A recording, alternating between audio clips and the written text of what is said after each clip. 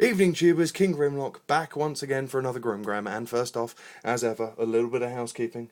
This is the continuation of my Countdown to AA viewer request session. Got it right again, get in. Oh yeah. And I'm going to be doing a request from Mirage 8V and the True Phantasm, Linky Linkies, who've requested the Predacons, or Predaking specifically. But as we've had a couple of days of bad reviews in my eyes, the difficult to keep on screen masterpiece Skywarp and the antithesis of appallingness that is antithesis the right word? I doubt it. Just the appalling masterpiece Megatron transformation, which just a mess, just a mess. But you know what? You requested it, you can have it. Perfectly honest. So I'm going to do something a little special in the run up to the auto assembly. I'm going to do the Predacons one a day, and then we're going to hit it off on the last day with Predaking. So let's take a look at our first big bad bot for the week. Let's take a look at Tantrum. Now, the Predacon's 1986 releases, one of the only Generation 1 toys I actually own. And these were on loan from a friend of mine who got his parents to dig them out for me from his old tat and send them on and sort of to look after and cherish. And I thank him muchly for it. It does mean that I don't have all the guns and the little swords and stuff, but I do have the parts to make up Predaking, and at the end of the day, that's kind of what matters. So this is Tantrum. This is the fueler with these four massive fuel containers, and he is a bison-y bully type of thing, not really a predator. But, you know, that's just, you know, being pedantic, isn't it? Maybe.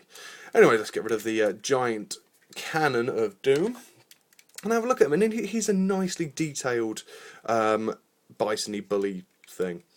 Yeah, he hasn't got any articulation save the 1930s kiss feet and the slight bit in the head, which kind of give him a quizzitive look. But on the whole, it's a nicely sculpted piece. There's some lovely sculpted detail all across him. He is missing a few of his stickers, but you have all these sort of robotic tendon-esque parts in his legs, and it's a nice face or head for the bull, and these little rubbery horns. It's a nice piece, and for a Generation 1 toy, especially a combiner that's obviously severely hampered by being a combiner, he does well, and I think that's what the Predacons did over the Scramble City ones, is they were all the same size, so they were all decent robots in the first place. I'll take you through the transformation on camera because, let's be fair, there isn't exactly much to show you, save a few bits of turning and clipping in and out. He doesn't exactly have the most intricate transformation process, but he is distinct enough that he does go from a bull to a robot without too much aggro. That stung. There's his little feetsies.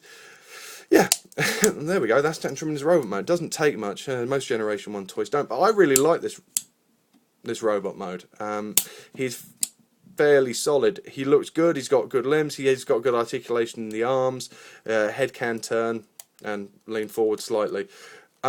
Nothing in the legs, of course, because nothing in Generation 1 had anything in the legs. And he's a bit stumpy and out of proportion, but he looks good for a robot and for a combiner limb. I mean, he is leaps and bounds above most of the the limbs, and he is a leg that came out from all the other ones. I mean, the only ones that have got anything remotely close to it are the Constructicons. But I do like Tantrum, and again we have more good sculpted detail underneath where the ore tanks were, the fuel tanks were on the legs, so you actually have sculpted in knees and shins. Even though they don't bend, it's nice to have the actual sculpted detail on the legs. That could have just been solid plastic.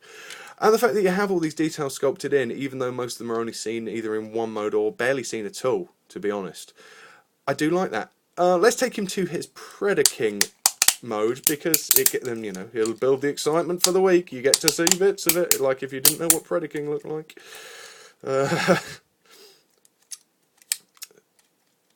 And there's his Rob symbol. Does it still work after all these years? Moment of truth. Yeah, a little bit actually. Impressed. Get his big gun of death. And there he is in his Predaking mode. Now, it's not much to look at, and it doesn't look that different, but when you think that's just one limb, that's a leg, you kind of get the idea of just how much trouble I'm going to have getting Predaking in on camera.